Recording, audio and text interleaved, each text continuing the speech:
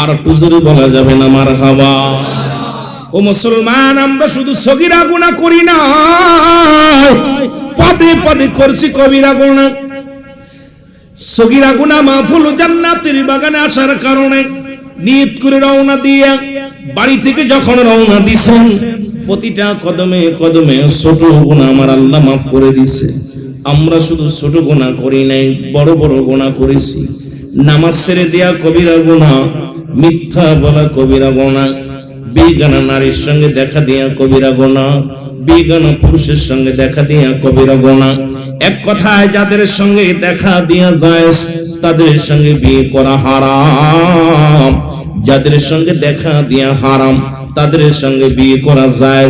এর আজকে এই মাসালা যদি এই কথা নিয়ে আলোচনা করি, আমার দেশের অধিকাংশ আলেমের চাকরি চলে যায়, অধিকাংশ আলেম কষ্ট পায়। যেটা হারাম সেটা হারাম বলতে হবে, হালাল যেটা হালাল বলতে হবে না মুসলমান। এক কথায় হলো এই কবিরা গুনাহগুলো করলাম। এক নম্বরে নামাজ ছেড়ে দেয়া কবিরা গুনাহ, মিথ্যা বলা কবিরা গুনাহ, বেগানা নারীর সঙ্গে দেখা দেয়া কবিরা গুনাহ, বেগানা পুরুষের সঙ্গে দেখা দেয়া কবিরা গুনাহ। হাজার হাজার গুনাহ করছো, এই গুনাহগুলো মাফের দরকার আছে কি না? ও যুবক শোনো, আল্লামা কুতুবী রাহমাতুল্লাহ বয়ান করে দুনিয়ার মানুষ শুনে নাও। বান্দা যখন এই গুনাহর কথা মনে করিয়া জান্নাতের বাগান খানা করে দড়িয়া খাস তওবা করে আল্লাহ বলে ডাক দেয়, আমার আল্লাহ রাব্বুল আলামিন বান্দার জীবনের সব গুনাহ মাফ করে দেয়। জোরে বলেন সুবহানাল্লাহ। খুব খেয়াল, কত বছর চলতেছে? নবম, তাই না? না কততম? ওর এই মাহফিলটা কততম? 60তম। আহা, 60টা বছর, 60 বছর মাহফিল হচ্ছে। বিশেষ করে এখনো যদি গুনাহ নিয়ে কবরে যায়, এখনো যদি এলাকার মানুষগুলো যারা চলে গেছে, যারা গুনার বোঝা নিয়ে কবরে শুয়ে গেছে, আমি মনে করি তাদের কপাল খারাপ। কারণ জান্নাতের বাগানে আসার কারণে সগীরা গুনাহ মাপ, সুযোগ পেয়ে গেলাম মাপ পাওয়ার একটা। 2 নাম্বার কবিরা গুনাহ, এটাও মাপ, এটার সুযোগ আসলো। বান্দা যখন কবরের ভয়, জাহান্নামের ভয়, যখন বান্দা খাস তওবা করে আল্লাহ বলে ডাক দেয়। কারণ মানুষের মৃত্যু হয় 2টা টাইমে, একটা হলো রাত, একটা হলো দিন। 2টা টাইমে মানুষের মৃত্যু হয়। আর এই 2টা টাইমের আমরা এই 60টা বছর পেয়েছি, 2টা টাইমে পেয়েছি, রাতও পেয়েছি, দিনও পেয়েছি। এর ভিতর দিয়া যারা দুনিয়া থেকে চলে গেল, এই মানুষগুলো যদি গুনার বোঝা নিয়ে চলে যায়, আমি মনে করি ওর মতো কপাল পোড়া মানুষ আর নাই। জোরে বলেন ঠিক কিনা? একটু জোরে বলেন ঠিক কিনা? আমার ভাইয়েরা, আমার বন্ধুরা, আমার বান্দা যখন এই গুনাহগুলো মাপ পাইল গো, কারণ কিয়ামত পর্যন্ত আর কোন নবী আইব না। কিয়ামত পর্যন্ত নবীদের দরজা বন্ধ, তওবার দরজা খোলা। রব্বুল আলামিন এই সুযোগ দান করলো যেন তওবা করে আমরা গুনাহ মাপ পেয়ে যাই। আমার সঙ্গে সবাই তওবা করেন, আস্তাগফিরুল্লাহ রব্বি মিন কুল্লি যামবিন আতুবু ইলাইহি লা হাওলা ওয়ালা কুওয়াতা ইল্লা বিল্লাহিল আলিয়্যিল আযীম। লা ইলাহা ইল্লাল্লাহু মুহাম্মাদুর রাসূলুল্লাহ। আশহাদু আল্লা ইলাহা ইল্লাল্লাহু ওয়াহদাহু লা শারীকা লাহু আশহাদু আন্না মুহাম্মাদান আবদুহু ওয়া রাসূলুহু। এই যে সুযোগ একটা পাইলেন, এখন যদি মৃত্যু হয়ে যায়, আপনার আমার মরণ তো যে কোনো মুহূর্তে আসতে পারে। আগামীকাল মরব, আগামীকাল সূর্য উদয় হবে আপনার আমার জীবনে, কেউ বলতে পারেন? জোরে বলেন, কেউ পারেন? আগামী দিন আপনার আমার সূর্যোদয় হবে, কেউ বলতে পারি না। বিষয় হলো আপনার একটু পরে, আপনার পরবর্তী সময় আপনার আমার জন্য কি নিয়ামত বয়ে আনতেছে আপনি নিজেও জানেন না, ঠিক কি না? কি নিয়ামত যে বয়ে আনতেছে, না গজব আসতেছে একটু পরে, আপনি আমি কেউ জানি না। কে আছে পাশে? কে আছে? কেউ বলতে পারি? কেউ বলতে পারি না। কষ্ট পাচ্ছেন আপনারা? কথা বলেন না কেন? আমার কথায় বোঝেন নাই যে পরবর্তী সময় আপনার আমার জন্য কি নিয়ামত বয়ে আনতেছে আমরা কেউ জানি না। যেন বলেন ঠিক কিনা? মহব্বত দুরূদ শরীফ পড়ারা আল্লাহুম্মা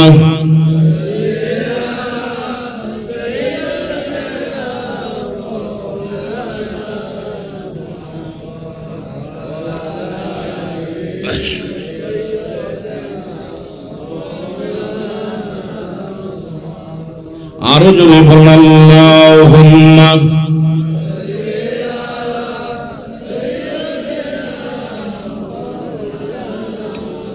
এরে আমার মনের জল্পনা কল্পনা নবী যাব আমি সোনার বলো যাব আমি সোনার মদিনায়, বলো যাব আমি আমার মনের জল্পনা কল্পনা নবী যাব আমি। ভাই কি টানে কম ভাই? এর যাব আমি সোনার মদিনায়, বলো যাব আমি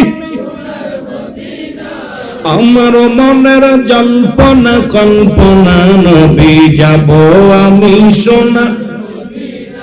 এর নবীজিকে ভালোবাসি মনটাই আমার অনেক খুশি, নবীজিকে ভালোবাসি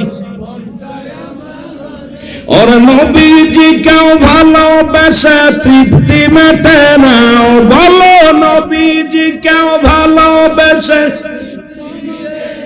না গো যাব আমি সোনা, বলো যাব আমি সোনা আমার মনের জল্পনা কল্পনা নবী যাব আমি।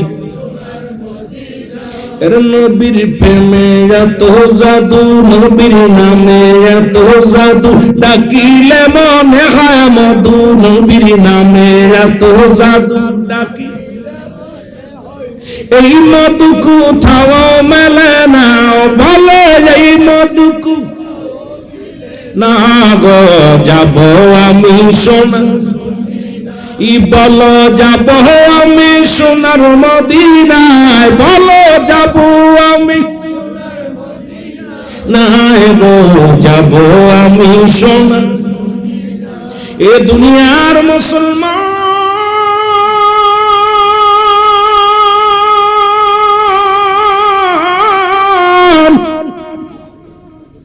রহমতের নবী ডাক দিয়ে বলেন হায়াতি খায়রুল লাকুম, আমার হায়াতের জিন্দেগিটা আমার উম্মতের জন্য কল্যাণ স্বরূপ। কয়েকটা বিষয়ের উপরে কথা বলার নিয়ত করেছি, আল্লাহ যদি দয়া করে মিরাজ নিয়েও কিছু কথা বলবো, একটু আস্তে আস্তে আলোচনার মধ্যে যাই।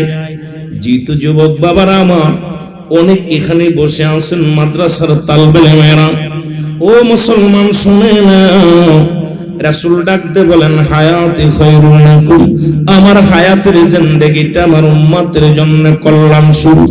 এই দুনিয়ার মধ্যে নবী আগমন করেছেন, নবী বলে আমার উম্মতিরা রে, আমি নবী তোমাদের সঙ্গে কথাবার্তা বললাম, আমি নবী তোমাদের সঙ্গে চলাফেরা করলাম, আমি নবী তোমাদের সঙ্গে তোমরা যেমন ঘর সংসার করলাম এমনি আমিও নবী ঘর সংসার করলাম।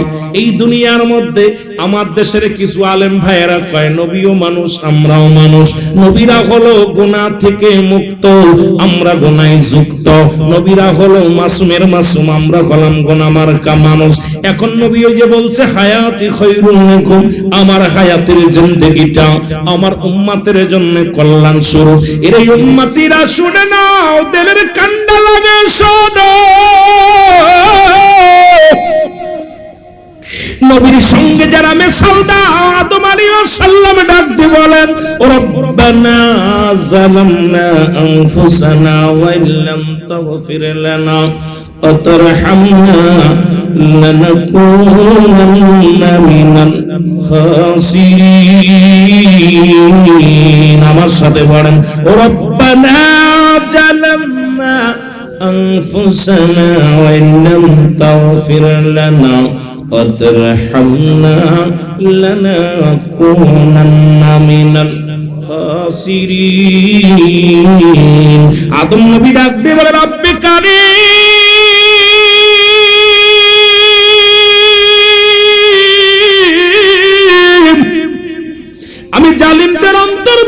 গেছে, তুমি আমারে ক্ষমা করে দাও। পৃথিবীর মধ্যে যদি কোনো ব্যক্তি আদম আলাইহিস সালামকে জালিম বলে, সঙ্গে সঙ্গে তার ঈমান চলে যাবে, সঙ্গে সঙ্গে মুসলমান শুনে যাও বউ অটো তালাক হয়ে যাবে। এরই আদম নবী নিজেই তো বলছে, রব্বানা যালামনা, ও আমার রব আমি জালিমদের অন্তর্ভুক্ত হয়ে গেছি। এখন নবী কয়, তোমাদের সঙ্গে আমি আগমন করলাম, তোমাদের মাঝে আগমন করলাম, ও আমার উম্মতিরা তোমাদের জীবন ধন্য।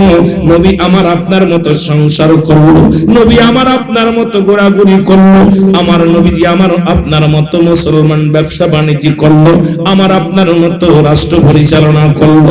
এই দুনিয়ার মধ্যে কিছু বেকুব মার্কা মানুষ কয় নবীও মানুষ, আমরাও মানুষ। আবার নবী কয় এই দুনিয়া থেকে বিদায় হয়ে গেছি। আমার দেশের কিছু আলেমরা কয় নবী মরে গেছে। আরে বুকার দলেরা শোন, বুকার দলেরা শোন, নবী কয় ওফাতি খায়রুল লাকুম, আমার ওফাতটা আমার উম্মতের জন্য কল্যাণ স্বরূপ। জোরে জোরে চিল্লায়া বলা যাবে না মারহাবা। বড় বিষয় চিন্তা করি মাঝে মাঝে, বোকাদের লগে কেমনে কথা কইতাম। নবী ওফাতি খায়রুল লাকুম ওয়া মামায়াতি খায়রুল লাকুম। রাসূল পাক সাল্লাল্লাহু আলাইহি সাল্লাম ডাক দিয়ে বলে, আমার উম্মতিরা শোনো, আমি নবী যে তোমাদের থুইয়া চলে আসছি, এটাও আমার উম্মতের জন্য কল্যাণ স্বরূপ। জোরে বলেন মারহাবা।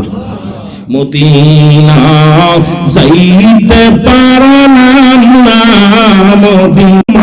এখন আপনাকে আমি আইলাম পার্সোনাল কিছু দেওয়ার জন্য, এখানে আপনি কি নেবেন বলেন? এখানে আপনি উম্মত, সুবহানাল্লাহ বলেন না, আরো জোরে বলেন না।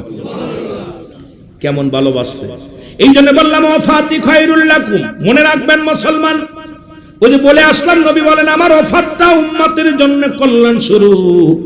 কারণ যখন আমার কোন উম্মত পৃথিবীর মধ্যে, আমার বিদায়টা আমি ইন্তেকাল করলাম, এটা একমাত্র আমার উম্মতের কল্যাণের জন্য। নবী বলেন আমার উম্মতিরা শুনে নাও, যখন কোন উম্মত পৃথিবীর মধ্যে ভালো কর্ম করে, সঙ্গে সঙ্গে আমি নবী আল্লাহর দরবারে প্রশংসা করি। আমার আল্লাহ ওই মুজাফফরপুর গ্রামের মধ্যে অমুক ব্যক্তি জান্নাতের বাগানে শুনে আলোচনা শুনতেছে, নামাজ পড়ছে, সত্য কথা বলছে, ভালো কাজ করেছে, আমি নবী সঙ্গে সঙ্গে প্রশংসা করি। আল্লাহর দরবারে আমার নবী প্রশংসা করে উম্মতের নিয়ে। আজকে আপনারা যারা বসে আছেন প্রত্যেকের নিয়ে, যে ছেলেটা ভালো হয় বাবা তার প্রশংসা করে, যে ছাত্রটা ভালো হয় তার জন্য প্রশংসা করে, শিক্ষক প্রশংসা করে, শিক্ষক যে গার্জিয়ান আসলে বলে, গার্জিয়ানকে ডাকতে বলে, ভাই এই ছেলের মতো ছেলে হয় না, এই ছাত্রের মতো হয় না। ভালো শিক্ষকের প্রশংসা ছাত্ররা করে, ভালো ছাত্রের প্রশংসা শিক্ষককে করে, পিতা মাতা ভালো সন্তানের প্রশংসা করে। সন্তান যত বিনয় হয়, সন্তান যত ভালো হয়, প্রশংসায় লিপ্ত হয়, পিতা মাতা লিপ্ত হয়ে যায়, মহল্লার মানুষও প্রশংসা করে। একটু আগে চেয়ারম্যান সাহেব যেমন আপনাদের সচিব সাহেবকে প্রশংসায় বাসায় দিলেন, আমার বাবারা, আমার যে ব্যক্তি ভালো হয় তার প্রশংসা অন্য আরেকজন করে। ঠিক আমার নবীজি উম্মত যখন ভালো কর্ম করে, আমার নবীজি প্রশংসায় লিপ্ত হয়ে যায় রব্বে কারিমের দরবারে। আমার আল্লাহ অমুক গ্রামে অমুক ঠিকানায় অমুক ব্যক্তি আল্লাহ ভালো কর্ম করেছে, প্রশংসা করে আমার নবীজি আমার আল্লাহর দরবারে। আবার যদি কোনো অন্যায় করে, মুসলমান শোনো, যদি পৃথিবীর মধ্যে কোনো গুনাহের কাজ করে, আমার নবীজি সঙ্গে সঙ্গে ইস্তেগফার করে, মাফ চায় আমার আল্লাহ। ওই মুজাফফরপুর গ্রামের মধ্যে অমুক ব্যক্তি গুনাহ করেছে, আল্লাহ তুমি তার মাফ করে দাও। অন্যায় করে ছেলে মাফ চায় বাবা, অন্যায় করে গ্রামের ছেলে মাফ চায় চেয়ারম্যান মেম্বার যাইয়া, অন্যায় করে উম্মতিরা মাফ চায় আমার নবী রাহমাতুল আলামিন। ওরে রাহমাতুল আলামিন, আপনি উম্মতের জাবিন, বল রাহমাতুল, আপনি উম্মতের জাবিন, গুনাহগারের অতি পঞ্জন, আল্লাহর নবী নূরের নবী গো, আপনি নবী আমার জীবনের জীবন, বলেন আপনি নবী আমার আপনাকে যে পাইল জাহান্নামের আগুন তারা হারাম হইল। বলেন আপনাকে যে পাইল জাহান্নামের আগুন তারা হারাম হইল।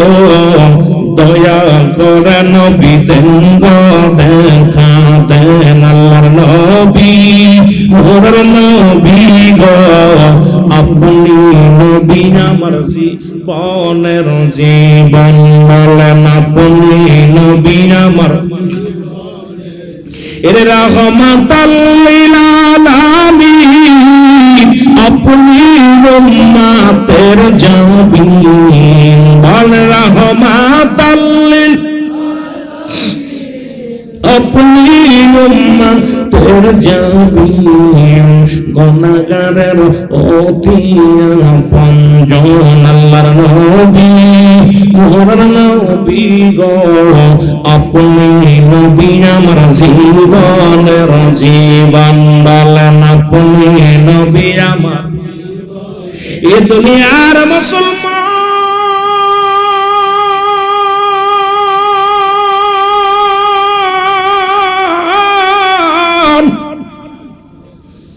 সিদ্দিক আকবর ডাকতে বলে ইয়া রাসূলুল্লাহ ইয়া হাবিবাল্লাহ নবী গো এর জীবনে আল্লাহকে দেখি নাই। যেদিন আপনি আল্লাহ বলতে বলেছিলেন আল্লাহ বলতে একজন আছে সেদিন তো আমি কোনো প্রশ্ন করি নাই, সেদিন তো আপনার কাছে কিছু জানতে চাই নাই নবী গো। আজকে আপনার এই কথা কেন মানব না? আমার নবী কয় সিদ্দিক আকবর রে ও আমার আবু বকর সিদ্দিক রাহমাতুল্লাহ ও মুসলমান শুনে নাও আবু বকর সিদ্দিক রাদিয়াল্লাহু তাআলা তুমি এত বড় সত্যকে তুমি মেনে নিলা কেমন করে? আমার নবী বলার সঙ্গে সঙ্গে মুসলমান আবু বকর সিদ্দিক রাদিয়াল্লাহু তাআলা বলে ইয়া রাসূলুল্লাহ ইয়া হাবিবাল্লাহ আমি জানি আমার নবী মিথ্যা বলতে পারে না। আমার নবীজি কোনদিন মুসলমান এইরকম জুট কথা বলতে পারে না। আমার নবীজি রব্বে কারীমের দিদার করেছে, এটা কোন মানুষ আর না মানুষ আমি মানি কালেমা পড়া লা ইলাহা ইল্লাল্লাহ মুহাম্মাদুর রাসূলুল্লাহ। জোরে জোরে চিল্লায় বলেন সাল্লাল্লাহু আলাইহি ওয়াসাল্লাম। এ দুনিয়ার মুসলমান গভীর মনোযোগ। সুতরাং সেই নবী লাগবে কবরে, নবী লাগবে মিজানে, নবী লাগবে ফুলসিরাতে, নবী লাগবে আমাল কিয়ামতের ময়দানে। নবী বিনে কোনো বান্ধব নাই, নবী বিনে কোনো দরদি নাই, নবী বিনে কোনো উপায় নাই। মুসলমান শুনে নাও সেই নবীর প্রেম ভালোবাসা যার অন্তরে যতটুক তার ঈমান বলতে ততটুক। নবীর প্রেম ভালোবাসা যার অন্তরে নাই তার ঈমান বলতে কিছু নাই, সরাসর বেঈমান। এই মিরাজ অস্বীকারী ছোট্ট একটা কথা আমি বসে বলে যাই আপনাদের কাছে উদাহরণ দিয়ে যাই। এক ব্যক্তি রাসূলুল্লাহর মিরাজ মানলেন না, ওরে মুসলমান উনি রাস্তা দিয়ে হেঁটে হেঁটে যায় আর মানুষকে বলে ও মক্কার মানুষেরা মদিনার মানুষেরা শোনো, আরে আব্দুল্লাহর বেটা মুহাম্মদ সে নাকি মিরাজ করেছে এত বছরের রাস্তা। মুসলমান শুনে নাও, এই 27 বছরের রাস্তা, এতদিন এত দূরত্ব রাস্তা, 1000 বছরের রাস্তা, এটা কেমন করে অতিক্রম করে মুসলমান? এখন তো বৈজ্ঞানিকের যুগ, এখন তো মুসলমান 10,000 কোটি টাকা হইলে চাঁদের দেশে যাওয়া যায়। যদি কোনো ব্যক্তি চাঁদের দেশে যেতে চান 10,000 কোটি টাকা লাগবে। এই 10,000 কোটি টাকা জোগাড় করলেই আপনি চাঁদের দেশে যায় ঘুরে আসতে পারবেন। মুসলমান শুনে নেন। আর তো এখন যদি এই জামানায় যদি কোনো ব্যক্তি মিরাজ স্বীকার করে, আমি মনে করি ওর মতো পাগল আর দুনিয়ায় নাই। ও যুবক শুনে নাও ও আমার বাবারা, আমার বন্ধুরা, আমার এই পৃথিবীর মধ্যে এই সূর্য আলো নিছে আমার নবীর কাছ থেকে, চন্দ্র আলো নিছে আমার নবীর কাছ থেকে। মুসলমান শুনে নাও, এই পৃথিবীর মধ্যে 1,86,000 গুণ মুসলমান 86 গুণ দূরে হলো মুসলমান পৃথিবী থেকে সূর্যের দূরত্ব। এটা যদি পৃথিবীর মধ্যে আলো দিতে মাত্র টাইম লাগে 8 মিনিট। এখন ওই বৈজ্ঞানিকের সূত্রে আমি যাব না, সময় পাবো না। 8টা মিনিটের মধ্যে পৃথিবীর মধ্যে এত দূরত্ব সেই মুসলমান দূরত্বর অতি আলো চলে আসে, দুনিয়ার মুখ দেখে আলোর মুখ দেখতে পায়। এইটা যদি 8 মিনিটের মধ্যেই মুসলমান শোনো, 8 সেকেন্ডে যদি আসতে পারে দুনিয়ার মধ্যে, তাহলে আমার নবীজির কাছ থেকে এই যে সূর্যের তাপ, সূর্যের আলো, চন্দ্রের আলো, সবকিছু নূর নবী মুহাম্মদুর রাসূলুল্লাহ সাল্লাল্লাহু আলাইহি ওয়াসাল্লামের কাছ থেকে নিয়েছে। তাহলে আমার নবীর পাওয়ার কত, জোরে বলেন ঠিক কিনা? ওরে বিজ্ঞানীর বিজ্ঞানী আমার নবীজি, ভালো বিজ্ঞানীর বিজ্ঞানী। বিজ্ঞানীরা রকেটেতে চাঁদের দেশে যায়, আমার নবী রকেট ছাড়া খোদার দিদার পায়। বলো আমার নবী রকেট ছাড়া খোদার দিদার পায়। এমন একটা নূরের নবী আইনা দিবানি, বিজ্ঞানী রে বিজ্ঞানী আমার নবীজি, ভালো বিজ্ঞানী রে বিজ্ঞানী আমার নবীজি। আরো জোরে বলেন বিজ্ঞানী রে বিজ্ঞানী আমার নবীজি। বিজ্ঞানীরা রকেটেতে চাঁদের দেশে যায়, বলো বিজ্ঞানীরা রকেটেতে। আমার নবী রকেট ছাড়া খোদার দিদার পায়, বলো আমার নবী রকেট ছাড়া খোদার দিদার পায়। এমন একজন মায়ের নবী আইনা দিবানি, বিজ্ঞানী রে বিজ্ঞানী আমার নবী। এরা যেখানে সবকিছু হার মেনে যায়, সেখানে রাসূলের দিদার হয়। এরা 70,000 পর্দার বাইরে থাকিয়া, পর্দার মধ্যে থাকিয়া রে মুসা আলাইহিস সালামের সঙ্গে দেখা করার জন্য রব্বুল আলামিন যখন আসলেন, ওরে অনেক আফসোস করে মুসা নবী, আল্লাহ দেখা দাও, বারবার আসি ফিরে যায়, এবার দেখা দেওয়াই লাগবে। আল্লাহ কয় মুসা রে, সম্ভব নয়, এই শক্তির পাওয়ার, এটা তুমি ক্ষমতা ধারণ করার ক্ষমতা আমি আল্লাহ তোমারে দিই নাই, সুতরাং আমার নূরের তাজাল্লিতে তুমি চলে শেষ হয়ে যাবা। মুসা নবী কয় না না, একবার দিদার দাও রে আমার আল্লাহ, একবার দিদার দাও, দিদারের আশা আছে। কয় ঠিক আছে মুসা আমি আসছি। 70,000 পর্দার মধ্যে থাকিয়া নূরের তাজাল্লি যখন ঢেউ মারছে, মুসা নবী ও মুসলমান শোনো, ওই তোর পাহাড় জুলুয়া সুরমা হয়ে গেছে, জোরে জোরে সিংহা বলা যাবে না আমার হাওয়া। 70,000 পর্দার ভিতরে থাইকা শুধু নূরের তাজাল্লি দিচ্ছে, দেখা দিচ্ছে। এই নূরের এত তেজ আর এত পাওয়ার, মুসা আলাইহিস সালামের ওই পাহাড় জইলা, তুর পাহাড় জইলা মুসা আলাইহিস সালাম, জিবরিল আমিন বলতেছে, ও মুসা কোথায় আছো? কার এখন আল্লাহ দিদার করতেছে, কথা কইস না। জিবরিল কো মুসা নবী আপনি কই আছেন? কয় দেখতেছিস না কই আছি, এখন আল্লাহর লগে কথা কইব, দিদার হইব আল্লাহর সঙ্গে। আল্লাহর সঙ্গে অনেক আফসোস কইরা, অনেক অনেক বুঝায়া বুঝায়া আল্লাহর মিটে আল্লাহর কি পটাইছি, আল্লাহ দেখা দিতে চাইছে। এখন আসি, বসে আছি, তোর পারে বসে আছি, এখনই আল্লাহ আইব, কথা হইব। জিবরিল আমিন কয় হুজুর আপনি একটু তাকায় দেখেন দি কোনে আছেন। সুবহানাল্লাহ বলেন না, আমি তো তোর পারে আছি, হুজুরের চোখ দুটো খোলেন, আপনি ছায়া আল্লাহর দেখবেন, নূরের তাজাল্লি দেখবেন, তা ছায়া দেখবেন না। মুসা আল্লাহর ছায়া দেখে যে কাম সারছেন, নিচেই বয়া রয়েছে, চারিদিকে সমস্ত পাহাড় জইলা সুরমা হয়ে গেছে। মুসা আলাইহিস সালাম তাকায় দেখে কি অবস্থা, হায় হায়, একটা পশম পরে নাই, ছায়ের মধ্যে বসে রয়েছে। আমার বাবারা, আমার আল্লাহকে ডাক দে। মুসা বলে আল্লাহ। কয় মুসা রে, আমি গেছিলাম তো তোমার সঙ্গে দেখা করার জন্য, আমি তো কেবল 70,000 পর্দা এখন অতিক্রম করি নাই, তার মধ্যেই তোমার নূরের তাজাল্লি কেবল মারছি, তোমার পাহাড় সহিলা গেছে, আর আমি যদি আইতাম তাহলে কি হইতো? আল্লাহ কখন আইলা? কয় দেখছো নি পাহাড়ের অবস্থা, দেখে চারিদিকে ছাই হয়ে গেছে, পাহাড়ে জইলা ছাই হয়ে গেছে। এত পাহাড় আমার আল্লাহ রাব্বুল আলামিন সেই নবীকে নিয়ে সরাসরি বিদাত দিলেন। সেই নবীর উম্মত হতে পেরে আপনারা খুশি না বেজার? আরো জোরে বলেন খুশি না বেজার? সব নবীর খেলা যেখানে শেষ, আমার নবীর খেলা শুরু। জোরে বলেন ঠিক কিনা? যেখান থেকে সব নবীরে ফিরাই দিছে, এখানে আমার নবী সেইখানে জায়গা পাইছে, এই নবীর মায়ের প্রধান অতিথি হিসেবে জায়গা পাইছে। শুধু তাই নয়, প্রথম আসমানে যায় একই অবস্থা। সব নবীদের সঙ্গে 7 কাতার মানুষ হইল, 7 কাতার, 3 কাতার হলো নবীদের আর 4 কাতার হলো আপনার রাসূলদের। এই ইমামতি করছেন কে? সবাই বসে আছে, কেউ কে আদম পড়াইবো, কেউ কয় ইব্রাহিম পড়াইবো, কেউ কয় ঈসা পড়াইবো, কেউ কয় মুসা পড়াইবো। আরে ভাই, জিবরিল আমিন কয় হুজুর আসেন দি, আল্লাহ হুকুম দিছে আপনারে। সুবহানাল্লাহ বলেন না? আর আসতে কইতে দিলেন, এর একটা বিমান নিওয়াজ করতে গেলে 4 ঘন্টা দরকার, তাহলে আপনাদের কিছু দিতে পারতাম। আমার বাবারা বলতো হুজুর আসেন, রাহমাতাল লিল আলামিন, সঙ্গে সঙ্গে আমার নবীজিকে কি জানেন, আমার ইমাম বানায় দিছে। সমস্ত নবীদের নবী, সমস্ত ওলিকুল, সমস্ত আউলিয়াদের সরদার হলে রাহমাতাল লিল, আরো যারা বলেন রাহমাতাল লিল। সুতরাং এই নবীর ভালোবাসা যার অন্তরে যতটুকু, আমি আর আগাতি পড়তেছি না, দোয়া চাই আপনাদের কাছে। যেহেতু আপনাদের গুরুত্বপূর্ণ আলোচনা করবো ওলামা একরাম, আমি এসেছি আপনাদের কাছে, দোয়া করবেন। আবার যদি আসি বিষয়, আমি চাইছিলাম আরো কিছু নিয়ে আলোচনা করা, যেহেতু সময় দৌড়ায় চলে গেছে, 10:05 বেজে গেছে। সুতরাং আমার পরের বক্তা সময় নষ্ট হবে, একটা সময় দেওয়া আছে, 12টার ভিতরে কমপ্লিট হবে।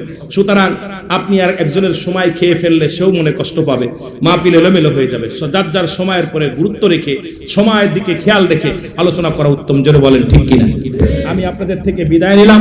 দোয়া চাই আমার পরবর্তী বক্তা যিনি আছেন, ওনার কাছেও খাস দোয়া চাই। গুনাহগার মানুষ, সারাদিন জার্নি করে আসার পর কথা বলতেও কষ্ট হয়।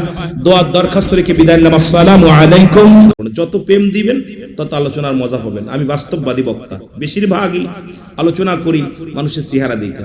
যদিও ডিগ্রি নিছি, যেগুলো ডিগ্রি আপনাদের দোয়ার বরকতে ডিগ্রি কম নেই, তবে ডিগ্রি সবচেয়ে মূল্যায়ন না, মূল্যায়ন আপনাদের দোয়া। যত প্রেম দিবেন, যত ভালোবাসা দিবেন, আলোচনার মধ্যে তত ঢুকতে পারবো। আর যত ফাঁকি দিবেন, আমিও খালি গড়ির দিক চাবো। কথা বুঝেননি? একটু মহব্বতে বলেন মদিনা যাইতে পারলাম না, মদিনা। তারপরে আপনাদের চট্টগ্রামের তো উর্দু শের বলে, উর্দু ফার্সি শের বলে, আমরা আবার এটা পারি না, বুঝছেন কি? আপনাদের এলাকার সুরগুলো মজা লাগে। এই গজলগুলো, হামনাথগুলো যখন উর্দুতে ফার্সিতে বলে, খুবই আমরাও মজা পাই। তবে আমরা এইরকম গাইতে পারতাম না। একটু মহব্বতে বলেন মদিনা যাইতে পারলাম না, মদিনা। আমি অসহায় তাই এত দূরে রই, বল অসহায় তাই দূর থেকে সালাম জানাই, বলো দূর থেকে সালাম জানাই। মদিনা যাইতে পারলাম না, মদিনা দেখতে পারলাম না, মদিনা।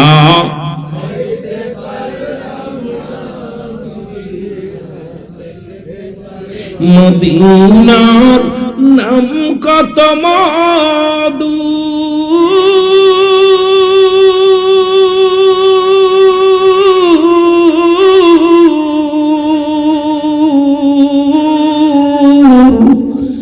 মদিনা আর যে কত দূর,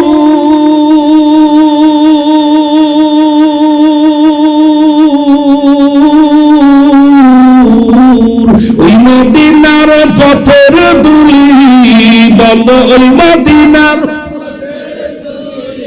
মুখতে পারলাম না, মদিনা যাইতে পারলাম না, মদিনা। আরো জোরে বলেন মদিনা যাইতে পারলাম না, মদিনা। আমি অসহায় তাই এত দূরে রই, আমি অসহায় তাই এত দূরে রই, দূর থেকে সালাম জানাই, বলো না, মদিনা যাইতে পারলাম না, মদিনা। মদিনার নাম কত সুন্দর,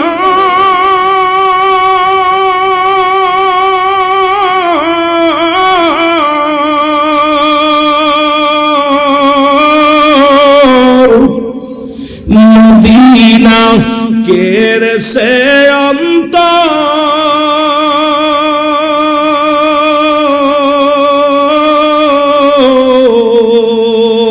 এই গরিব দুঃখীর সালাম খানি, গরিব দুঃখীর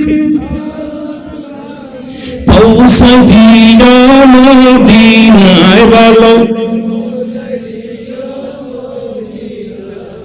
মদিনা যাইতে পারলাম না, মদিনা। এ দুনিয়ার মুসলমান শুনে নাও, এইটা সেই রাত যে আলোচনা করার দরকার। যে রাত্রে রাসূল পাক সাল্লাল্লাহু আলাইহি ওয়াসাল্লাম, বাবার আমি আলোচনা কোথায় রাখলাম মনে রাখবেন, আমি আস্তে আস্তে আলোচনায় যাই। নবীজি আমার শরীরে চরম চক্ষে রব্বুল আলামিনকে দেখলেন। সেই রাতটা হলো মেরাজের রাত।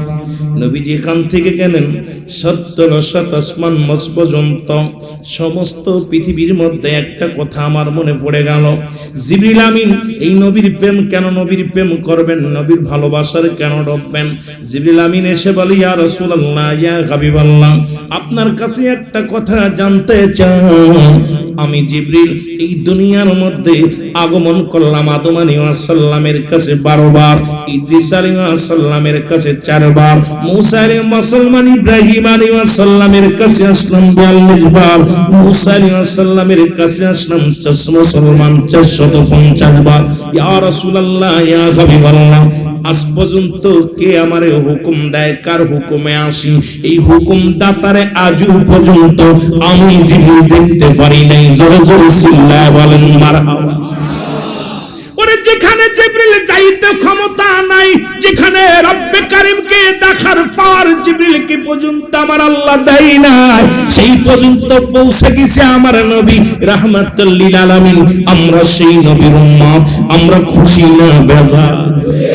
আরো জোরে বলেন খুশি না বেজার? রাসূল পাক সাল্লাল্লাহু আলাইহি ওয়াসাল্লাম ডাকতে বলে, জিবরিল তোমার গায়ে কতশো পাখা? বলে হুজুর 600 পাখা। বলে পাখার পাওয়ার কেমন একটু বলো না? কয় হুজুর একটা পাখা উড়াল দিলে আমি একটা আসমান অতিক্রম করতে পারি, 7 তলা জমিন গড়লাম। আমার নবী কয়, জিবরিল রে যাও যাও, আমি তোমাকে হুকুম দিলাম, দেখবে রব্বে কারীমকে পেয়ে যাবে। প্রথম আসমানে জিবরিল গেলেন, মুসলমান যায় পাইলেন না। দ্বিতীয় আসমানে গেলেন, পাইলেন না। তৃতীয় আসমানে পাইলেন না। চতুর্থ আসমানে পাইলেন না। পঞ্চম আসমানে পাইলেন না। ষষ্ঠ আসমানে পাইলেন না। সপ্তম আসমানে পাইলেন না। ধরে নবী আমার জিবরিল আমিন ঘুরিয়া ঘুরিয়া রহমতের নবীর কাছে আগমন করলেন। আমার নবী ডাকতে কয়, জিবরিল, ও জিবরিল, তুমি কি আমার আল্লাহরে দেখেছো? বলে রব, ও আমার নবী রাহমাতুল লিল আলামিন, শুনেন গো, আমার মন বলে আল্লাহ বলতে কিছু নাই। আমি যেখানে গেলাম সেখানে আপনাকে দেখতে পাইলাম। যে আসমানের জান্নাতের দরজায় গেলাম, এখানে আপনাকে দেখতে পাইলাম। জাহান্নামের গেটের মধ্যে কান্দন অবস্থায় আপনাকে আমি দেখতে পাইলাম। ইয়া রাসূলুল্লাহ, ইয়া হাবিবাল্লাহ, নবী গো, ইয়া রাসূলুল্লাহ, ইয়া নবী গো, আমি কোথাও যাই আমার আপনারে পাইলাম না। যেখানে যাই শুধু আপনার ছবি, যেখানে যাই সেখানে আপনার ছবি। জমিনের মধ্যে আগমন করলাম আপনি, আসমানে আপনি, প্রথম আসমানে আপনি, দ্বিতীয় আসমানে আপনি, তৃতীয় আসমানে আপনি, চতুর্থ আসমানে আপনি, পঞ্চম আসমানে আপনি, ষষ্ঠ আসমানে আপনি, সপ্তম আসমানে আপনি। সেখানে যাই শুধু আপনাকে দেখি। আমার নবী ডাকতে কয়, জিবরিল শুনে রাখো, ওই আল্লাহ পাওয়ার একমাত্র ঠিকানা আমি নবী রাহমাতুল লিল আলামিন। জোরে জোরে চিল্লায় বলা যাবে না মারহাবা? আর জোরে জোরে চিল্লায় বলা যাবে না মারহাবা? মদিনা যাইতে পার, আরো জোরে বলেন, মদিনা যাইতে পারলাম না, মদিনা। আমি অসহায় তাই এত দূরে রই, বলো অসহায় তাই শুধুই সালাম জানাই, বলো শুধুই সালাম জানাই, মদিনা যাইতে পারলাম না, মদিনা। নবীজি দিদার পাইলাম না, নবীজি দিদার পাইলাম না, মদিনা।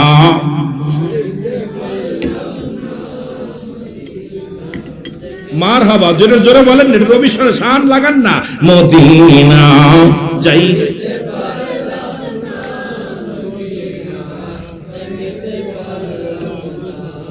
আমি অসহায় তাই এত দূরে রই, আমি অসহায় তাই এত দূরে রই, শুধুই সালাম জানাই, বলো শুধুই সালাম জানাই মদিনা।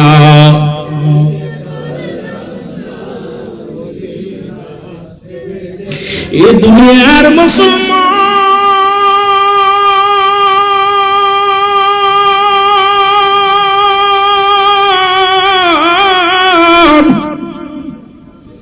জিবরিল আমিন ডাকতে বলে, হুজুর আর আমার বুঝতে বাকি নাই, ওই আল্লাহ পার ঠিকানা আপনি আর আমার বুঝতে বাকি নাই। আমার নবী কয়, জিবরিল রে, যদি আল্লাহকে পাইতে চাও, আমি আল্লাহ পার একমাত্র আমি নবী ঠিকানা। আজকে যারা সেই নবী বাদ দিয়া আল্লাহকে পাইতে চায়, আমি রুহুল আমিনের ফতোয়ায় হলো এরা আল্লাহওয়ালা কাফের। এই দুনিয়ার মধ্যে অনেক কাফের দেখছেন, নবীকে মাইনাস করে যারা এই দুনিয়ার মধ্যে আল্লাহকে পাইতে চায়, আমি গুনাহগারের ফতোয়ায় হলো ওরা আল্লাহওয়ালা কাফের, আল্লাহওয়ালা কাফের। জোরে জোরে বলেন ঠিক কিনা?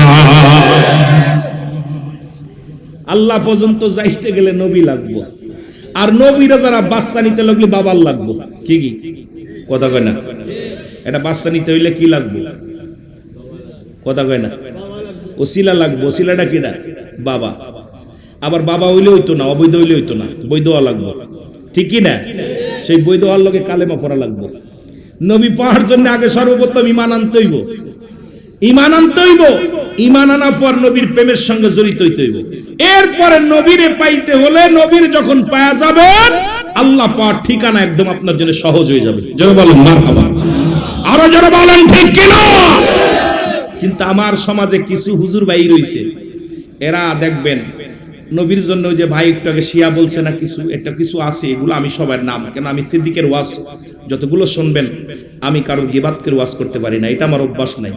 কারণ যতগুলো আলোচনা দেখবেন বাংলাদেশ টেলিভিশনে এবং আর টিভি মাই টিভিতে, যত আলোচনা, আমি সত্য ইসলাম, তহিদের মুর্শিদ, আমার কলদ্দনি, আমার আলোচনাগুলো টিভিতে বয়া বয়া শোনেন। আমি এত বড়, আগেই বলছি, এত বড় আলেম না, তবে যেটুকু আলোচনা করি, আমার জীবনে কারোর গিবাত করে বলা, কথা বলার অভ্যাস আমার নাই, কারণ আমি এটা পছন্দ করি না। হেদায়েতের মালিক, হেদায়েতের মালিক কোন পীর সাহেব নাই, কোন মৌলবী নয়, এমনকি রাসূল পাক সাল্লাল্লাহু আলাইহি সাল্লামকেও হেদায়েতের দায়িত্ব দেন নাই, কারণ হেদায়েতের দায়িত্ব রব্বে কারীমের হাতে। আমাকে আপনাকে বলার দায়িত্ব দিয়েছে, সুতরাং গিবাত করে নয়, ভালোবাসা দিয়ে। কেমন আমার নবী যেমন ভালোবাসা দিয়েছে, এমনি নবীকে বায়ানাত বলে নাই। উত্তম ব্যবহার, উত্তম আখলাক, উত্তম চরিত্র যা আমার হাবিবের ভিতরে ছিল, এই গুণাগুণ যদি আমরা মুমিনের ভিতরে, মুসলমানদের ভিতরে না থাকে, আমি মনে করি ওটা মুসলমানের কাতারও পড়ে না। যারা বলেন ঠিক কিনা? রাসূলের মসজিদের ভিতরে আপনারা ওয়াজ শুনছেন, নবীর মসজিদের ভিতরে এক ইহুদি প্রস্রাব করতেছে। সাহাবিয়া দমক, কি করো? নবীজি বলছে, খবরদার, দমক দিও না, কারণ এখন যদি প্রস্রাব ডাকতে যায়, দেহের ভিতর কষ্ট হবে। প্রস্রাবটা ক্লিয়ার হতে দাও, আগে ক্লিয়ার হোক, তারপরে তাকে ডাক দাও। ক্লিয়ার প্রস্রাব করার সুযোগ দিলেন। কেমন নবী দেখছেন? আরে এই নবীর সঙ্গে তুলনা দাও। প্রস্রাব শেষ, রাসূলও ডাক দিয়েছে, বাবা তুমি যে কাজটা করলা, বাবা তোমাদের কি এইটা ঘর দেখছেন? ও কয় চিনি, এটা মুসলমানদের উপাসনার ঘর, ইবাদতের ঘর। কয় বাবা তোমাদের কোন ইবাদতের ঘর আছে? কয় আছে। আচ্ছা বাবা, তুমি যে কাজটা করলে, এই কাজটা যদি আমি তোমাদের ঘরের মধ্যে করতাম, তোমার কেমন লাগতো? বলছে, হুজুর এই কাজটা যদি আপনি করতেন, নিশ্চিত আপনার গর্দান কেটে ফেলতাম। রাসূল পাক সাল্লাল্লাহু আলাইহি সাল্লাম বলতেছে, তোমার ফতোয়া তো তুমি দিছো, তোমার বিচারের ফয়সালা তুমি দিছো। ইয়া রাসূলুল্লাহ, ইয়া হাবিবাল্লাহ, আপনিই তো সেই নবী, যে নবী এত বড় অপরাধ করার পর সুযোগ দেয় বুঝার। এই তো মহান বান্দব, এই তো মহানবী। ইয়া রাসূলুল্লাহ, আমি আর একটা সেকেন্ড অমুসলিম থাকতে চাই না, আপনি আমাকে কালেমা পড়ায় দেন, লা ইলাহা ইল্লাল্লাহু মুহাম্মাদুর রাসূলুল্লাহ সাল্লাল্লাহু আলাইহি ওয়াসাল্লাম। ঠিক একই অবস্থায় রাসূল পাক সাল্লাল্লাহু আলাইহি ওয়াসাল্লাম, বুখারীর হাদিস, রাসূলের মসজিদের নববীতে বসে আছে। খুব খেয়াল, আমি আমার রাসূলের কথাগুলো খেয়াল করবেন। আজকে মাদ্রাসায় আসার পর ছেলেদের ভালোবাসা, শিক্ষকদের ভালোবাসা, আমাকে যিনি দাওয়াত দিয়েছেন সবার ভালোবাসা, আমি অত্যন্ত আনন্দিত, ভালো লাগছে, মজা লাগছে। সিলেটের মানুষ তো এমনি মেহমান আপ্যায়ন অনেক ভালো, কি যেন চট্টগ্রামের মানুষগুলো আপ্যায়ন করে ভালো, এবং আপনাদের ভাষা একটু আমাদের বুঝতে কষ্ট হয়, যদিও আসা পরে কম, কারণ এই অনেক দূরত্বর কারণে এই 700-800-900 কিলোমিটার দূরত্ব পথ না আসতে পারি বিমানে। আবার বিমান উঠলে কেউ কেউ হুজুর হেলিকপ্টার হুজুর, অনেক বিপদে আছে, কথা বুঝলেন? আসলে তো আসতে পারি না। কত ফজরের নামাজ পড়ে রওনা দিছি, এরপরে কত কষ্ট যে হয়েছে এটা আল্লাহ পাকই ভালো জানে। সব মিলে টার্গেট যে আমার টাইম মতো যেতে হবে। সবাই আমার টাইমটার দিক থেকে তাকায়, ড্রাইভাররা বলতেছে ভাই যতই যা করো টাইম কিন্তু মিস করা যাবে না, যত কষ্ট হোক টানো, ফাঁকা পাইলেই টানো। এই যে আশা পর রব্বুল কারীম সুন্দরভাবে আনছে। যেটা বলতেছিলাম বুখারীর হাদিস, রাসূল পাক সাল্লাল্লাহু আলাইহি ওয়াসাল্লাম মসজিদের মধ্যে বসে আছে, অথচ ওখানে যারা হাফেজ আছেন সূরা তাওবার মধ্যে 6 নম্বর আয়াত আল্লাহ পাক নিজে বলে, হাবিব আপনার কদমের মধ্যে যেন যদি কোনো অমুসলিম যায়, যেহেতু অনেক ওয়াজ এগুলো শেষ করতে পারবো না আমি, মেলা বিস্তারিত আলোচনা অল্প নিয়ে এই 2-1 ঘন্টা আমরা কথা বলতে সুযোগ পাই, আমরা বলে শেষ করতে পারবো না। বক্তা তার মনের ভাব প্রকাশ করতে হলে একটা হলো জুমলায়ে খবরিয়া, একটা হলো জুমলায়ে হিংসা। বক্তা মনের ভাব প্রকাশ করে, শ্রোতা সহজেই বুঝতে পারে, এটাকে বলা হয় জুমলায়ে খবরিয়া। জুমলায়ে হিংসা, বক্তা মনের ভাব প্রকাশ করলে শ্রোতা কিছু বুঝতে পারে, ইয়েস নো ভেরি গুড। তা আমরা কথা বললে আপনাদের এইরকম কষ্ট হয় যে আঞ্চলিক ভাষায় যখন কথা বলে, আমাদের এই যে আমাদের আবুল কাশেম নুরি সাহেব আসবেন, উনি উনার নাচ যখন বলবে আপনাদের তাদের ভাষায় কথা বলবে, মজা পাবেন আলোচনা শুই না। তা আমাদের বেশিরভাগই আপনার জুমলায় হিংসা হয়ে যায়, কারণ আমাদের ভাষা আমরা ঠিক বলতেছি, বইয়ের ভাষা, তবুও আপনাদের কাছে বুঝতে একটু কষ্ট হয়। 2-4টা দিন বসলে আবার সময় ইনশাআল্লাহ আমার মনে বলে, আমার মন বলে আপনার একদম ক্লিয়ার ভাষায় বুঝতে পারবেন, ঠিক কি না? বুঝতে কষ্ট হচ্ছে, তাও আলহামদুলিল্লাহ খুশি হইলাম যে যাই হোক আপনারা বুঝতে পারতেছেন, এই জন্য বেশি খুশি হইলাম। তা যেটা বলতেছিলাম সেটা হলো রাসূল পাক সাল্লাল্লাহু আলাইহি ওয়াসাল্লাম, আল্লাহ বলতেছেন সূরা তাওবার 6 নম্বর আয়াত, আল্লাহ বলতেছেন হাবিব আপনার কদমের মধ্যে যদি কোনো অমুসলিম যায়, সর্বপ্রথম তাদের বসতে দেন, তারা সাহায্য চাইলে সাহায্য দেন, নিরাপত্তা চাইলে নিরাপত্তা দেন, নিরাপদ স্থানে পৌঁছায় দিতে বললে আপনি পৌঁছায় দেন। ঘোষণা কার? যারা বলেন কার? আল্লাহ। ঠিক এরই ধারাবাহিকতায় বুখারীর একটা হাদিস শরীফে আছে, রাসূল পাক সাল্লাল্লাহু আলাইহি ওয়াসাল্লাম মসজিদের মধ্যে বসে আছেন, এমন সময় কয়েকজন অমুসলিম আসছেন। আসার পর নবীজি সাহাবীরা বলে, ইয়া রাসূলুল্লাহ, ইয়া হাবিবাল্লাহ, আপনার কাছে কয়েকজন অমুসলিম আসছেন। নবী বলে, আসতে বলো, আসতে বলো। দেখেন না কেমন মুসলমানদের ধর্ম কেমন হবে, ইসলামের আদর্শ কেমন হবে, আর আমাদের চরিত্র কেমন হবে একটু বুঝে নেন। রাসূল বলতেছে আসতে বলো, বলে হুজুর ওরা তো অমুসলিম, বলে আসতে বলো। আসলেন, নবীজিকে বলতেছে, ইয়া রাসূলুল্লাহ, এদের বসতে দেব কোথায়? নবীজি বললেন, ওদের উত্তম জায়গা বসতে দাও। কোথায় বসতে দাও?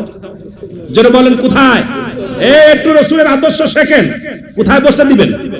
উত্তম জায়গা। যেমন আজকে আমার এই কথাগুলো মনে পড়তেছে, এই জন্য আমি আসার পর অফিস রুম বসানোর পর আমাকে কর্তৃপক্ষ বলতে, ভাইজানরে নিয়ে যান উপরে একটু বিশ্রাম করুক, ভালো জায়গা, স্পেশাল জায়গা নিয়ে যান। এই কথাগুলো এমনি মনে পড়েন, ইসলামের বিধানগুলো আমাদের শিখতে হবে, বুঝতে হবে। এই আপনাদের দ্বারা এই কথা আলোচনা করতেছি, বেশি দূরে যাওয়া লাগবে না। নবীজি বললেন উত্তম জায়গা বসতে দাও। সাহাবীরা বলে, ইয়া রাসূলুল্লাহ, ইয়া হাবিবাল্লাহ, পার্সোনাল, আপনার পার্সোনাল কামরা? নবী বললেন না। উত্তম জায়গা? বলে হুজুর আপনার পাশের কামরা? নবী বললেন না। উত্তম জায়গা? বলে হুজুর ইয়া রাসূলুল্লাহ, ইয়া হাবিবাল্লাহ, আল্লাহ রাসূল ভালো জানে উত্তম জায়গা কোথায় বসতে দেব। নবীজি বললেন, যেহেতু আমার মেহমান, আমার পাশে চাদর বিছায় দাও। আমার মেহমান রাসূল পাক সাল্লাল্লাহু আলাইহি ওয়াসাল্লাম মসজিদ নববীর মধ্যে বসতে দিলেন, চাদর বিছায় দিয়েছেন। বিছায় দেওয়ার পর আমার নবীজি বলতে, সাহাবীরা তোমরা কথা বন্ধ করো, দেখি কি বলতে চায় অমুসলিমেরা। নবীজি বললেন, আপনারা বলেন কি বলতে চান। সঙ্গে সঙ্গে অমুসলিমেরা বলে, ইয়া রাসূলুল্লাহ, ইয়া হাবিবাল্লাহ, যে নবী আমাদের মতো মুসলিমদেরকে কাছে ডাকছে, ভালোবাসছে, ইয়া রাসূলুল্লাহ, আমি আর একটা সেকেন্ড অমুসলিম থাকতে চাই না। আমাদেরকে আপনি কালেমা, আমরা কোনো জানার নাই বুঝার নাই, আপনি আমাদের কালেমা পড়ায় মুসলমান বানিয়ে দেন। লা ইলাহা ইল্লাল্লাহ সাল্লাল্লাহু আলাইহি ওয়াসাল্লাম। রাসূল পাক সাল্লাল্লাহু আলাইহি ওয়াসাল্লাম মিরাজ করে আসলেন, বিবিকে ডাকতে বলে, বিবি রে, আম্মা জান খাদিজাতুল কুবরারে ডাকতে বলে, খাদিজা রে, আমি আমার রব্বে কারীমের নৈকট্য হাসিল করেছি, জান্নাত দেখেছি, জাহান্নাম দেখেছি, সব কিছু রব্বে কারীম আমারে দেখাইছে, তুমি কি মানো? বলি, ইয়া রাসূলুল্লাহ, ইয়া হাবিবাল্লাহ, আমি জানি আমার স্বামী আল আমিন, সত্যবাদী, আমার স্বামী জীবনেও মিথ্যা বলতে পারে না, এই দু জাহানের বাদশা রাহমাতাল লিল আলামিন। নবী গো, কেউ মানুক আর না মানুক, আমি জানি আমার স্বামী যা দেখছে, যা বলছে সত্য বলেছে, এর মধ্যে কোনো সন্দেহ নাই। জোরে বলেন মারহাবা। আমি আবার ঈমান আনলাম, লা ইলাহা ইল্লাল্লাহ মুহাম্মাদুর রাসূলুল্লাহ। আর আমাদের বোর কাছে যদি কই, বউকে তোমার আমি চিনি, তোমার মতো বাটপার জানি, তুমি কেমন বাটপার। এই জন্য বিবির কাছে 1 নাম্বার রাসূল ছিলেন, 1 নাম্বার বিবির কাছে প্রিয় ছিলেন। বিবিরা জানতো যে আমার স্বামী সত্যবাদী। আর আমরা যত বড় হুজুর হই, কারণ আমাদের বিবি আমাদের বিশ্বাস করতে চায় না, কারণ উদ্ভট কথা বলি, কারণ অধিকাংশ সময় বিবির কাছে আমরা লুকোচুরি করি, ফাও কথা বলি, ফাইসা কথা বলি, গালি দিই, কত আপনার মিয়ারকির মাছ ছলনা অনেক সময় বিবিকে ফাইসা কথা শোনায়। কিন্তু আমার নবী কত আদর্শবান ছিলেন যে বিবির কাছে বলার সঙ্গে সঙ্গে বিবি বলে, ইয়া রাসূলুল্লাহ, ইয়া হাবিবাল্লাহ, আমি আপনি আল্লাহর দিদার করেছেন, আরে সেকেন্ড নয়, মিনিট নয়, আমি বিশ্বাস করি আপনি চোখের পলকে রব্বে কারীমের দিদার করতে পারেন, আমি এটা বিশ্বাস করি, কারণ আপনি এমন আমলধারী, এমন রব্বে কারীমের গোলাম, এমন রব্বে কারীমের পাগল, আর আল্লাহ আপনার জন্য পাগল, আপনি আল্লাহর জন্য পাগল, সুতরাং আপনার দিদার হয়েছে, এর মধ্যে কোনো সন্দেহ নাই। যারা বলেন না মারহাবা। চিন্তা করছেন? এই জন্য 6 শ্রেণী নারীদেরকে বিয়ে করার কথা বলছে ইসলাম। কয় শ্রেণী? লোকজন নাই, যুবক নাই, কাদের ওয়াজ শোনাইব? অনেক ওয়াজ থাকলে, জমা থাকলে 6 শ্রেণীর নারীদেরকে বিয়ের কথা রাসূল বলছে। কিন্তু দুঃখের বিষয়, এখন আমরা সুন্দরী চামড়ার পাগল। কথা বুঝেন নাই? সুন্দরী চামড়ার পাগল। রাসূল চলে গেলেন বালকদের মধ্যে, শেরে খোদা হযরত আলীর কাছে গেলেন। আলী ডাক দিছে, আলী বলে, হুজুর, বলে, আলী রে, আমি রব্বে কারীমের সঙ্গে দিদার হয়েছে। এই কত মুসলমান শুনে না, এত পথ, এত দূরত্ব। আমি 7 তলা জমিন ঘুরে আসলাম, আসমান জমিন দেখলাম, জান্নাত দেখলাম, জাহান্নাম দেখলাম, এই সবগুলো আমি অতিক্রম করে আসলাম। রব্বে কারীম তার জিবরিল দিয়া, ফেরেশতা দিয়া আমারে ঘোরায় ঘোরায় দেখাইছে। তুমি কি মানো? আলী বলে, ইয়া রাসূলুল্লাহ, ইয়া হাবিবাল্লাহ, দ্বিতীয়বার নয়, কারণ আপনি সত্য বলেছেন, মিথ্যা বলেন নাই, কারণ আপনার সঙ্গে আল্লাহর দিদার হয়েছে, রব্বে কারীমের সঙ্গে সাক্ষাৎ হয়েছে। কেউ মানুক আর না মানুক, আমি আলী মেনে নিলাম। ধরে বলেন মারহাবা। ছোট মানুষ দেখবেন, অনেক ছোট বালকদেরকে, অনেক ছোট বালকরা অনেকের ভালোবাসে, কেউ ডাকলে যায় না, আবার কারো পাশ ছাড়ে না। কথা বুঝেন নাই?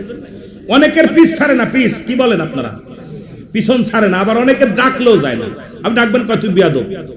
ছোটরাও বোঝে আপনার চরিত্র, তুমি যে বদমাইশ, এটা ছোটরা বোঝে। কেউ সিমটি মারে, কেউ কানে মোচড় দেয়, কেউ আপনার গুতা মারে, কেউ পচা কথা শোনায়, ফাইসা কথা শোনায়। ছোটরাও ভালো মানুষ, ছোট মানুষই বোঝে। ছোটরা রাসূলুল্লাহ ছোটদের কাছে এত প্রিয় ছিল যে ছোট মানুষ, সবচেয়ে ছোট বালকদের মধ্যে শেরে খোদা হযরত আলীকে ডাক দিয়ে আমার নবী বললেন, আমি যে আল্লাহ পাকের নৈকট্য হাসিল করছি, প্রথম আসমান, দ্বিতীয় আসমান, তৃতীয় আসমান, চতুর্থ আসমান, সবকিছু ঘুরে ঘুরে আসলাম, তুমি কি মানো? আলী বলে, ইয়া রাসূলুল্লাহ, ইয়া হাবিবাল্লাহ, আমি এটা এক বাক্যে মানি। যখন আপনি বলেছিলেন যে আল্লাহ এক, আমি রাসূলের, আমি আল্লাহর রাসূল, আল্লাহর পয়গম্বর, তখন তো আমি তো আপনার কথার বিরোধিতা করি নাই, তখন তো আমি আল্লাহকে জীবনে দেখি নাই, না দেখে বিশ্বাস করেছি। আর আপনি আল্লাহর নৈকট্য হাসিল করেছেন, আমি আলীটা মানি। যারা বলেন না সুবহানাল্লাহ। তাহলে ভালো হইতে লাগলি কয় জায়গা ভালো লাগবে? 1 নাম্বার বোর কাছে। কথা বুঝছেননি? রাসূল বোর কাছে প্রিয় ছিল। সুবহানাল্লাহ বলেন না? আস্তে কইবেন না জোরে কইবেন? রাসূল পাক সাল্লাল্লাহু আলাইহি সাল্লাম বিবির কাছে প্রিয় ছিলেন, বালকদের কাছেও প্রিয় ছিলেন। চলে গেলেন গোলামদের কাছে। মুসলমান শুনে না, যায়েদকে ডাকতে বলা, যায়েদ রে, আমি যে আল্লাহর একদম গোলাম, যিনি কর্মচারীদের সঙ্গে আমরা আজকে পিটাই, যদি স্কুলের দপ্তর তার সঙ্গে দুর্ব্যবহার করি, নাইট গার্ডের সঙ্গে দুর্ব্যবহার করি, বাড়ির চাকরের সঙ্গে দুর্ব্যবহার করি, আমার বাবারা আমার ড্রাইভারের সঙ্গে দুর্ব্যবহার করি, আমরা ধনী মানুষ যারা দেখি গরিব মানুষকে মানুষই মনে করি না, তাদের সঙ্গে দুর্ব্যবহার করি। হযরত আনাস বলে, খোদার কসম, আমি রাসূলুল্লাহর কদমের মধ্যে দীর্ঘ 10টা বছর গোলামি করলাম, কর্মচারী ছিলাম। কয় বছর? যারা বলেন কয় বছর?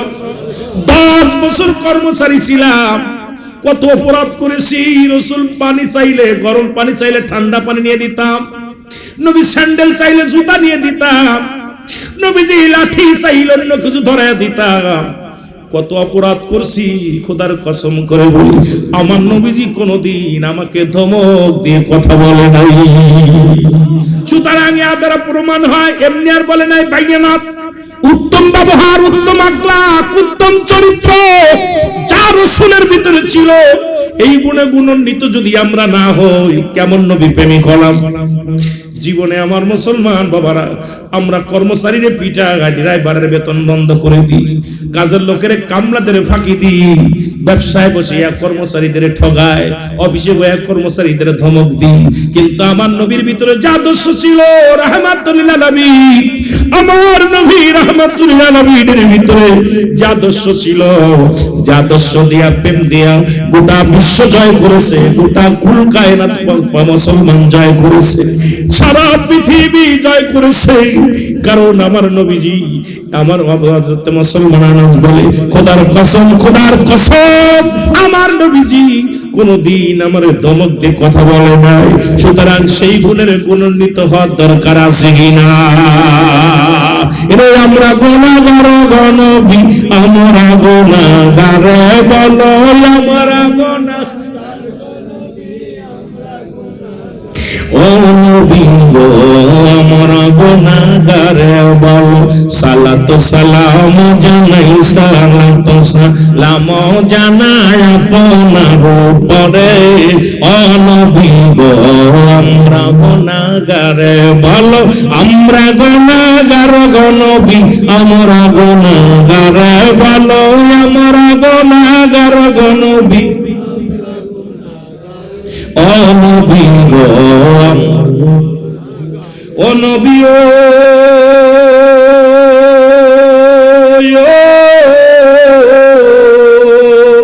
এই মুজাফফরবাসী কান্দে বসে দিদারের আশাতে,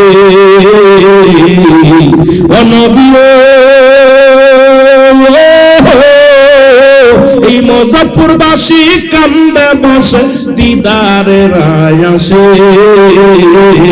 আমি দাও দেখা দাও দয়াল নবী, দাও দেখা দাও দয়াল নবী, একটি বার আমার নবী গো। আরো জোরে বলেন, আমরা গুনাহগার গো নবী, আমরা গুনাহগার ভালো, আমরা গুনাহগার নবী গো। রহমতের পিয়ালা দিয়ে আল্লাহ পাঠাইল এই ধরাতে গো নবী, রহমতের পিয়ালা দিয়ে আল্লাহ পাঠাইল এই ধরাতে গো, রহমতের ভান্ডার তুমি, রহমতের ভান্ডার তুমি, দয়া করো আমারে, আমরা গুনাহগার নবী, আমরা গুনাহগার ভালো, আমরা গুনাহগার নবী, আমরা গুনাহগার ভালো, আমরা গুনাহগার নবী, ও নবী গো।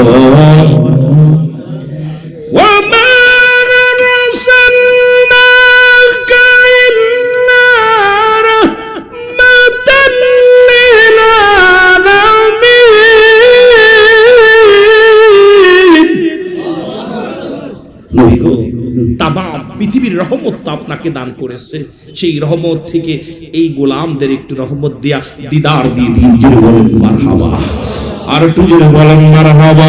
মহব্বতের সঙ্গে দরুদ শরীফ পড়েন, আল্লাহুম্মা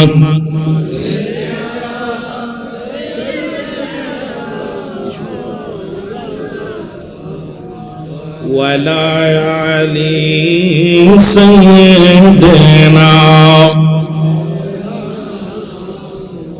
এ ভাইরা আমার, বন্ধুরা আমার, এই জন্য আপনার চরিত্র তিন জায়গা ঠিক যদি আপনার বিবির কাছে এক নাম্বার কারেক্ট হয়, যদি মুমিন হওয়ার জন্য শর্ত হলো বিবির কাছে প্রিয় হতে পারেন নাই, কাজের লোকের কাছে প্রিয় হতে পারেন নাই, কর্মচারীর কাছে, ড্রাইভারের কাছে। আমার বাবারা আমার, নবীজি চলে গেলেন, এবার মুরব্বীদের কাছে নবীর চাইতে 6 মাসের বড় ছিল হযরত আবু বকর সিদ্দিক রাদিয়াল্লাহু তাআলা। মারহাবা বলেন। কয় মাস? 6 মাসের বড় নবীর চাইতে কয় মাসের বড়? 6 মাসের বড় রাসূল পাক সাল্লাল্লাহু আলাইহি ওয়াসাল্লামের শরীয়তের দৃষ্টিতে 6 মাসের বড়। নবীজি যা বলেন, ও সিদ্দিক আকবর, আমি যে আল্লাহর নৈকট্য হাসিল করেছি, আমি দিদার পেয়েছি রব্বে করিমের, কেমন দিদার? সব নবীদের জন্য পার্সোনাল এক একটা নিয়ামত আল্লাহ রাখছে। হাবিবকে নিয়ে পর্দা ছাড়া পাশাপাশি বসতে দিছে। আমার নবী বলেন, আমার আল্লাহর সঙ্গে এত ঘেঁষাঘেঁষি, দুজন পাশাপাশি একাকার বসেছিলাম। কারণ রব্বে কারীম, আমি মনে করি সবচেয়ে মিরাজের একটাই কারণ হলো, যে যা বলুক না কেন আমার আল্লাহ রব্বুল আলামিন গুসা হয়ে মিরাজ করেছিলেন। কেন যদি বলি এই জন্য বলবো। কেন বললাম গুসা হয়ে মিরাজ করেছিলেন? কারণ জিবরিল আমিন প্রতিনিয়ত নবীর সঙ্গে দিদার করে। আল্লাহ পাঠায়, জিবরিল আমিন কথা হয়, রব্বুল আলামিন এইটা সহ্য করতে পারেন না যে আমার এত প্রিয় হাবিব, আমার বন্ধুর লাগে জিবরিল আমিন প্রতিদিন দেখা করে, কথা কয়। আরে আমি আমার হাবিবকে পার্সোনাল ডেকে কথা বলবো, এইটা আমার আল্লাহ ভালোবেসে মহব্বত করে প্রেম করে ডেকে নিয়েছেন পার্সোনাল কথা বলার জন্য। জোরে বলেন মারহাবা। যে যাই বলুক, আমার সবচেয়ে একটা মজা লাগে এই জন্য যে জিবরিল আমিনকে বলে, জিবরিল আমিন তুমি প্রতিদিন যাও, কথা বলো, দেখা হয়। আমি আমার কোন নবীরে আমি কি বলি না, হাবিব বলি নাই। একমাত্র আমার নবী রাহমাতাল লিল আলামিনকে আমি আমার হাবিব বলে ডাক দিছি, বন্ধু বলে ডাক দিছি। আর বন্ধুর লগে তুমি প্রতিদিন যে কথা বলো, আড্ডা মারো, আমারও তো মন চায় বন্ধুর লগে কথা বলতে।